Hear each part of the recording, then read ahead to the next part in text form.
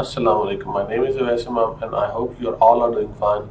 In previous module we have discussed intangible resources, social capital, human capital and intellectual capital. Let's discuss what we are going to discuss in this module.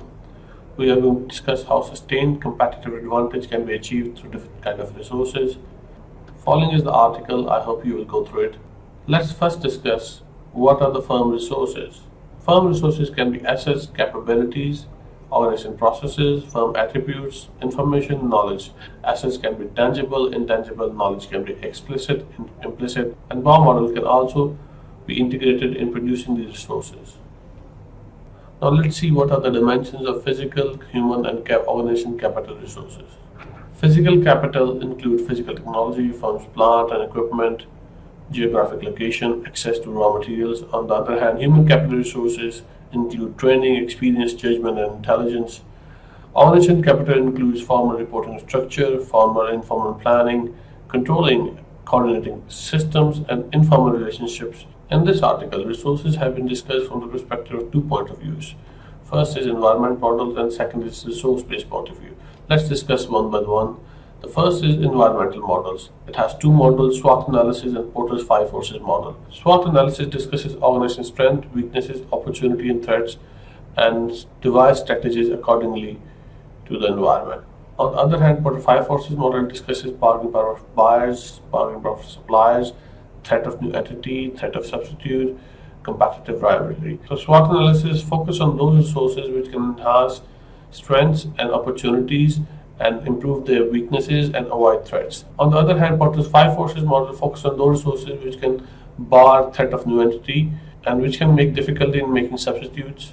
These models also put some constraints on resource homogeneity, heterogeneity, and mobility, and these are called assumptions. Let's discuss these assumptions. There are 2 assumptions of environmental model. First, it assumes that firms within an industry are identical in terms of strategic relevant resources they control and the strategies they pursue. Second, these models assume that should resource heterogeneity be developed in an industry or not, as this heterogeneity will be short-lived because the resources that firms use to implement their strategies are highly mobile. They can be bought and sold. Resource-based view discusses that resources are limited and scarce, and organizations effectively and efficiently apply processes to create competitive advantage. There are also some assumptions of this model. First, this model assumes that the firms within an industry or group may be heterogeneous with respect to the strategic resources they control.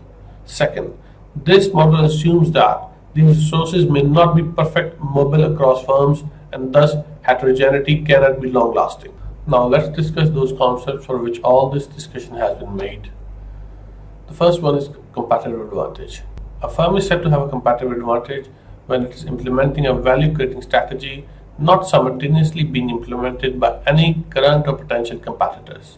On the other hand, in sustainable competitive advantage, a firm is said to have a sustained competitive advantage when it is implementing a value-creating strategy not simultaneously being implemented by any current or potential competitors, and when these other firms are unable to duplicate the benefits of the strategy.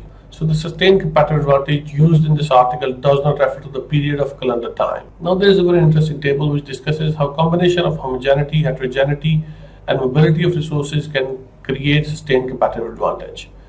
Not surprisingly, it is argued that firms in general cannot expect to obtain sustained competitive advantage when strategic resources are evenly distributed across firms and highly mobile. This conclusion suggests that the search for resources of sustained competitive advantage must focus on firm resources, heterogeneity, and immobility. For instance, in case 1, if resources are homogeneous and mobility is not achievable, then you can create competitive advantage, but you cannot achieve sustained competitive advantage. In case number 2, if resources are homogeneous and yes, there is a limited kind of mobility in resources, even then you can create competitive advantage, but you cannot maintain that competitive advantage or generate that competitive advantage into sustained competitive advantage. The case 3, if the resources are heterogeneous, there are diverse resources and the mobility is not available, then even then you can create competitive advantage, but sooner or later the other firms will catch up and sustained competitive advantage cannot be achieved. The last case is if the resources are heterogeneous, and yes, there are mobility of resources, then you can create competitive advantage as well, and also sustain competitive advantage. So let's conclude it.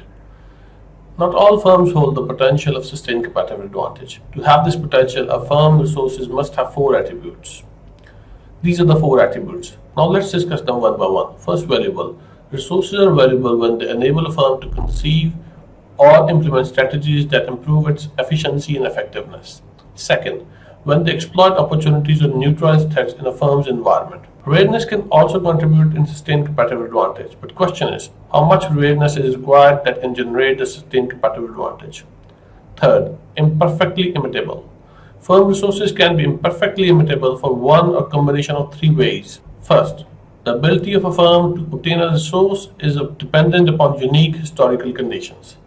B. The link between the resources possessed by a firm and firm's sustained competitive advantage is causally ambiguous.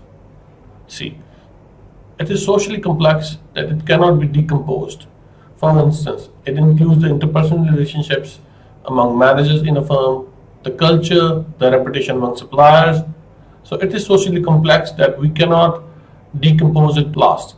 If the resource can be easily substituted, it means that you cannot create a sustained competitive advantage. That's it from this article. I hope you will go through this article, as this video is only the shortened version of this article. Thank you.